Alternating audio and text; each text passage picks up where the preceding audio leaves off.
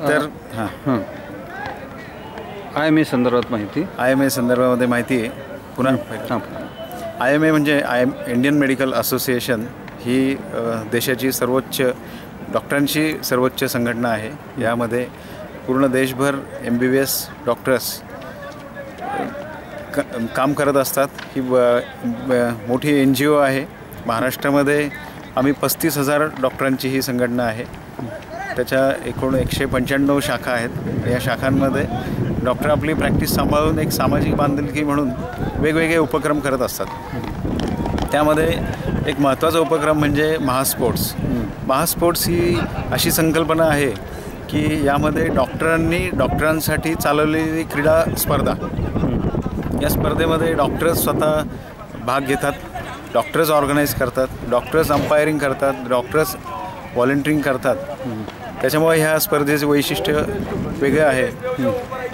ही स्पर्धा दरवर्षी फेब्रुवारीमध्ये होत असते आणि ह्या स्पर्धेसाठी महाराष्ट्राच्या कानाकोपऱ्यातून डॉक्टर्स येत असतात.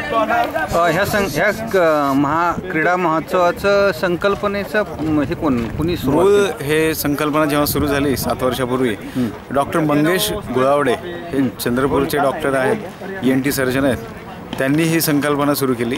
त्यावेळेसचे प्रेसिडेंट डॉक्टर पंजाबी यांनी ती संकल्पना उचलून धरली. त्यापासून त्यांनी पहिल्यांदा चंद्रपूरमध्ये ह्या स्पर्धा आयोजित केल्या, नंतर नाशिकमध्ये झाल्या, मग जळगावमध्ये झाली, मग गेल्या वर्षी बारामतीमध्ये झाली. यावर्षी मात्र ही स्पर्धा पुण्यामध्ये डॉक्टर गोखले, सुरेश गोखले यांच्या मदतीने घेण्यात आली. पुढच्या वर्षी कुठं होणार? पुढच्या वर्षीच्या स्पर्धा आत्ता टेंटेटिव्हली आमचा प्लॅन असा आहे की IMA अमरावतीला घेण्यात याव्या. अजून त्यासाठी ऑफिशियल जे कन्फर्मेशन जे असतं, इन्व्हिटेशन, ते आमची स्टेटची जी बॉडी आहे ते ठरवून मग ते सांगतील आपल्याला. याच्यामध्ये वर्षभर ह्याच्यामध्ये प्रॅक्टिस म्हणा किंवा इतर काही गोष्टींचं नियोजनबद्धता अशी काय असते का, की तुम्ही फक्त प्रोग्राम डिक्लेअर करता त्यानुसार लोक सहभाग घेतात, असं काय आहे? आता बऱ्याचशा टीम्स ज्या आहेत ह्या डेली त्याच्यामध्ये खेळत असतात, क्रिकेट खेळत असतात, सराव करत असतात, वेगवेगळे खेळाडू बॅडमिंटन खेळत असतात, काही टेबल टेनिस प्लेयर आहेत. ते ह्या स्पर्धांच्या रेफरन्सनीच प्रॅक्टिस करत असतात. जेव्हा स्पर्धा 3 महिन्यापूर्वी डिक्लेअर होते तेव्हा सगळ्यांच्या पुढं टार्गेट हेच असतं की आपण महास्पोर्ट्समध्ये जावे, आपल्या मित्रांबरोबर या स्पर्धेमध्ये सहभागी व्हावे आणि सगळ्यांना एकत्र येण्याची संधी ह्या निमित्ताने मिळते. साधारणतः 300 ते 400 डॉक्टर्स प्लेयर्स यासाठी येतात आणि त्यांच्याबरोबर येणारे त्यांचे कलिग असं मिळून 1000 डॉक्टरांची ही एक प्रकारची कॉन्फरन्सच होते. ह्याच्यामध्ये तुमचा बजेटिंग सिस्टीम काय असतं? बजेटिंग सिस्टीम ही ज्याप्रमाणे मी मगाशी म्हणलो की डॉक्टरांसाठी केलेली महास्पर्धा आहे, ही क्रिकेट स्पर्धा आहे का आपल्या क्रीडा स्पर्धा आहे, यासाठी बजेटिंग म्हणजे हे डॉक्टरांकडूनच ह्यासाठी निधी उपलब्ध केला जातो.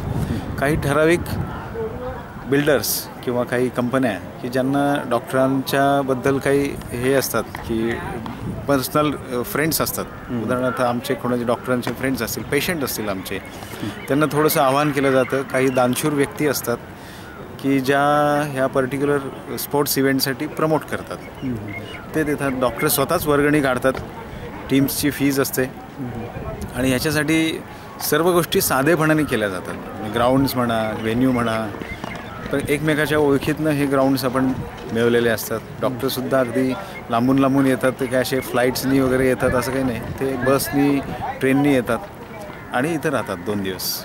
ह्याच्यामध्ये तुमचे आता ह्या स्पोर्ट्स महामहोत्सव ह्याच्यामध्ये तुम्हाला व्यापकता वाढवायची कितपत गरज वाटते की जेणेकरून फॅमिलींचं किंवा मुलांचं ह्याच्यामध्ये इन्व्हॉल्वमेंट व्हायलाच पाहिजे. डॉक्टरांना त्यांच्या फॅमिलीजना यामध्ये इन्व्हॉल्व करणं अतिशय जरुरी आहे. कारण साधारणतः एक 45-50 वय झालेल्या डॉक्टरांना मुलं त्यांची मोठी असतात, फॅमिली, ते मुलं पण खेळत असतात, तर त्यांच्या मुलांबरोबर सुद्धा खेळणं आपण जरा हे केलं पाहिजे.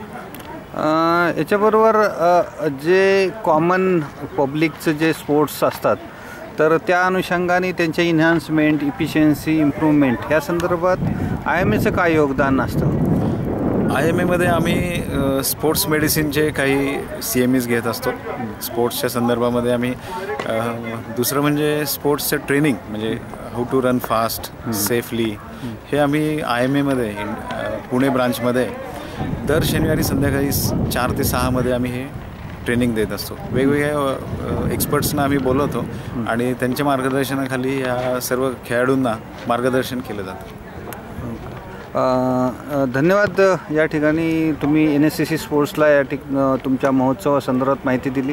त्याचबरोबर मोठा जे महाराष्ट्राला किंवा भारताला योगदान देऊ शकेल अशी IMA जी संघटना आहे आणि तिनं स्पोर्ट्सला हे महत्त्वाकांक्षी प्रकल्पाची जाहीर केल्या त्याबद्दल मी आपले आभार मानतो. धन्यवाद.